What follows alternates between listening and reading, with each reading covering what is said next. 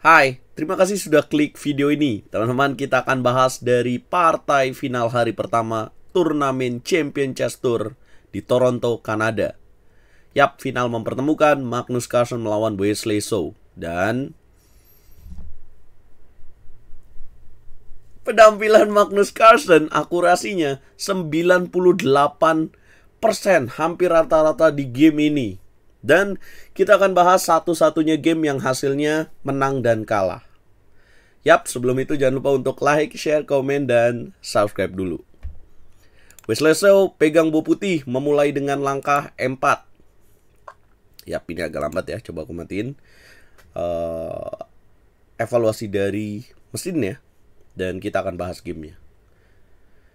Putih memulai dengan langkah E4. Yap, akurasi dari Magnus di sini 96,5%, sementara Wesley So 89,5%. Setelah E4 dijawab dengan langkah pembukaan Sicilian Defense oleh Magnus Carlsen. Kemudian putih kuda F3, hitam A6. O'Kelly Variation Magnus gunakan untuk di game ini. Kemudian Wesley So mainkan langkah gajah 2, hitam D6, putih D4. Pion pukul pion. Kemudian putih menteri pukul pion D4.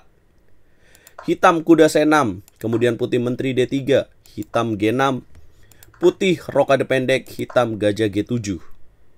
Kemudian putih mainkan kuda C3. Hitam kuda F6. Putih lanjutkan dengan kuda D5. Menyerang langsung ditunjukkan oleh Wesley So, pecatur berdarah Filipina ini. Kemudian hitam menjawab dengan langkah rokade pendek, putih lanjutkan dengan C3, hitam B5, putih gajah G5. Asik banget ya. Wesley So juga pengen jadi juara dong, dia tekan terus dengan gajah G5. Magnus Carlsen melakukan pertukaran, karena kalau enggak, pertukaran pada petak F6 akan membuat pion hitam tumpuk. Kuda pukul kuda, putih memukul balik dengan pion, hitam mainkan langkah kuda E5. Hantam, dihantam balik oleh gajah Magnus Carlsen. Wesley So lanjutkan langkah serangan dengan jalan H4. Kemudian hitam gajah F5, putih menteri D2, hitam H5. Putih gajah D3, hitam menteri D7, putih benteng A ke petak E1, hitam benteng F ke petak E8. Kemudian putih benteng E3, hitam benteng A ke petak C8, putih benteng F ke petak E1. Pertukaran gajah dilakukan, putih menteri D3 dan hitam benteng C4. Oke, sudah terjadi 20 langkah. Coba kita lihat dulu apa yang sudah terjadi dari 20 langkah ini, teman-teman. Teman-teman bisa lihat bahwa putih melihat bahwa weaknesses atau kelemahan dari hitam adalah di petak E7 ini dan di jalur E yang terbuka. Jadi coba Wesley So di sini mencoba untuk terus menekan. Dan dia coba setup dengan serangan F4 untuk membuka gajah ini yang menghalangi pion di petak E7. Nah, Magnus Carlsen merespon dengan langkah benteng C4. Ya, Magnus Carlsen punya sisi keunggulan dari sayap menteri. Dia coba eksploitasi atau dia coba keluar dari tekanan dengan menggunakan jalur C dan benteng C4 ini. Apa lanjutan yang teman-teman pikirkan? Kira-kira Wesley So bakal main apa nih? Ya, Wesley So terus menyerang dengan cara G3. Tujuannya masih sama F4. Hitam benteng E ke petak C8. Dan kemudian putih benteng E4. Yang nggak jadi mainin langkah F4. Kenapa nih kira-kira? Ada apakah dengan jalan F4 apabila dimainkan oleh putih? Apa jawaban yang akan dilakukan oleh hitam? Maka gajah F6. Nah, sebenarnya kalau misalkan Wesley So mengambil variasi ini akan membuat dia lebih unggul ya. Dengan terjadi pertukaran, kemudian dia mungkin nggak usah dimakan dulu kali ya. Kalaupun seperti ini sudah unggul dan dia bisa tunggu dengan jalan A3 dulu ya untuk mencegah B4. Nah, tapi Wesley So nggak pilih itu dan dia lebih pilih jalan benteng ke petak E4 yang membuat Magnus Carlsen jadi unggul tipis, slightly better. Kemudian Magnus Carlsen mainkan langkah raja G7, putih mainkan langkah raja G2, Magnus A5, putih A3, benteng di petak C8 naik ke petak C5, mengincar pion lemah di petak D5, putih mainkan langkah F4, hitam pukul benteng, dihantam balik benteng, kemudian gajah F6, pukul gajah, pukul balik dengan pion. Oke, hitam punya double pawn atau pion tumpuk, secara struktur kurang bagus, tapi pion di petak D5 juga lemah. Ini poinnya. Jadi masih ada kelemahan dari dua pemain ya. Masih seru jual beli serangannya. Putih coba mengcover dengan benteng D4, kemudian hitam merubah arah dengan benteng C8. Inilah kecerdikan dari Magnus Carlsen. Ya, saya melihat wawancara Magnus Carlsen dengan Pep Guardiola, pelatih sepak bola dari Manchester City, dan saya jadi mengambil inspirasi ya. Dalam kutipannya Magnus bilang bahwa ya terkadang kalau kita main catur di satu sisi kita nggak bisa nyerang, kita harus merubah arah ke sisi lainnya. Nggak mungkin kita terus di sini. Nah, itulah yang ditunjukkan dari jalan Magnus Carlsen. Dari petak C5 dia pindah ke petak C8, dia tujuannya ke petak E8. Nah, gini-gini nih. Yang seperti ini yang harus kita tiru teman-teman dari Magnus Carlsen. Ya, Wesley So juga nggak mau membiarkan ide Magnus Carlsen dijalankan dengan jalan benteng E4. Kemudian Magnus benteng B8. Wesley raja ke petak H2. Langkah ke-30. Kemudian hitam menteri F5 memberikan pin. Berikutnya ide dari hitam adalah benteng E8. Putih langsung benteng E3 menukar menteri dan terjadi pertukaran menteri. Kemudian hitam benteng E8 mengambil jalur, langsung ditahan dengan benteng D2 karena tujuannya benteng E2. Kemudian Magnus Carlsen G5. Boom. Disinilah pertarungan makin sengit. Pion tidak dimakan, tapi putih lebih pilih raja G2 dan membuat hitam makin unggul dengan pion pukul pion H4, pion pukul pion H4. Kemudian benteng masuk ke petak E3, putih mainkan langkah F5. Ya, jadi serba salah buat putih, karena kalau raja F2, benteng ke petak H3, pion akan jatuh. So, dia mainin langkah F5.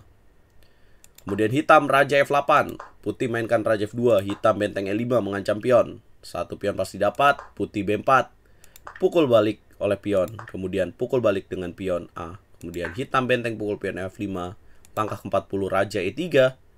Hitam mainkan langkah benteng E5, raja F4, raja E7, putih benteng D4. Kemudian raja D7. Ya, kalau di level kita, gimana caranya hitam menang? Masih susah juga ya. Soalnya setiap hitam mendorong pion F5, maka ada kesempatan putih akan raja G5. That's the question. Itulah pertanyaannya. Dan setelah raja D7, kemudian putih benteng D1. Ya, Magnus Carlsen nggak mau diem aja di benteng E5. Dia cari cara lain lagi untuk menang. Dia mainkan langkah benteng E2. Sekarang tujuannya adalah untuk benteng F2 dan juga untuk mengancam pion lemah di petak C3 atau H4. Kemudian putih benteng A1, tujuannya benteng ke petak A7, dimainkan oleh Wesley So.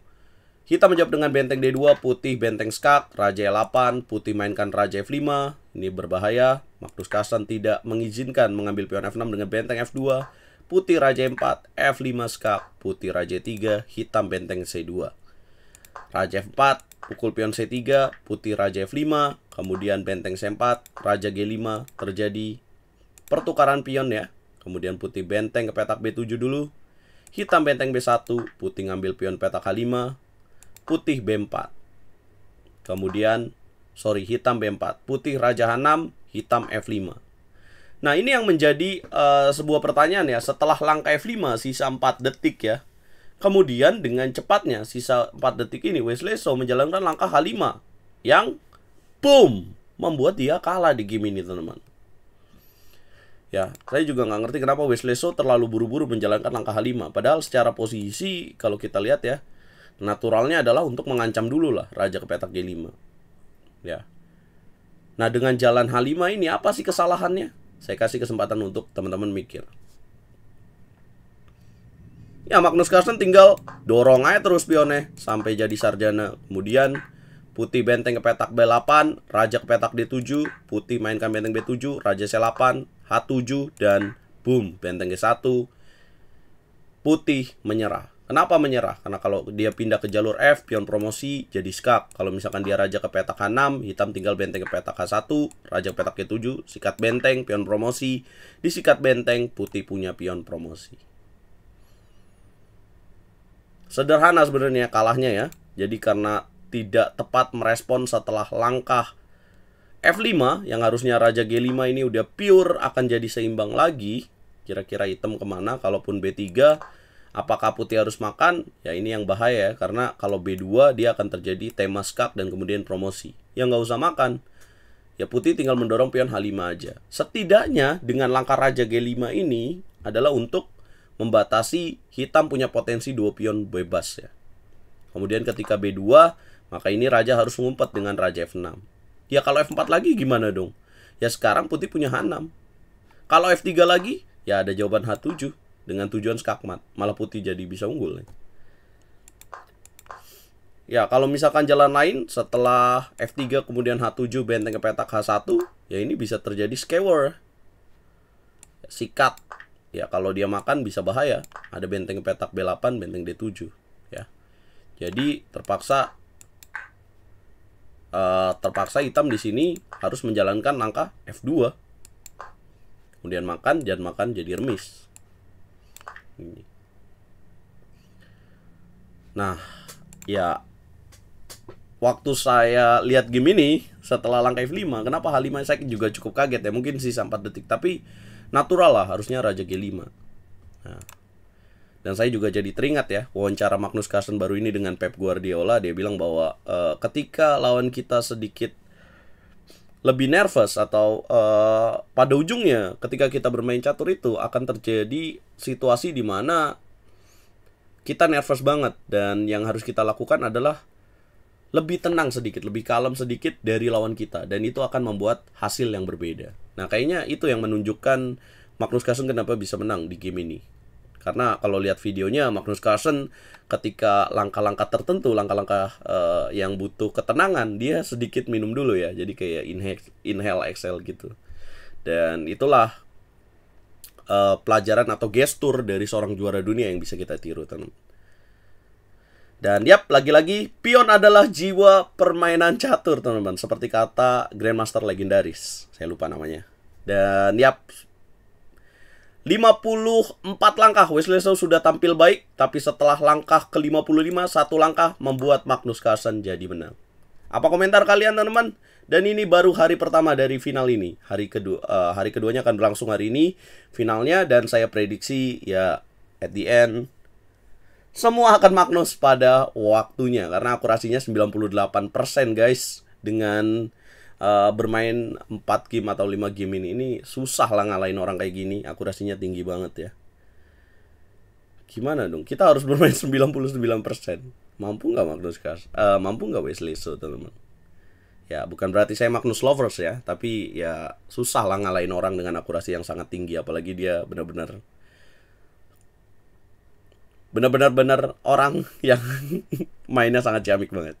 Ya jangan lupa bantu video ini berkembang dengan cara like, share, komen, dan subscribe sampai nggak bisa ngomong gue. Ya juara dunianya siapa sih ya sebenarnya? Kalau kayak gini di ngeliren nggak main, jadi juara dunianya kayaknya Magnus Carlsen ya. Magnus selangkah lagi mendapatkan 200.000 US dollar.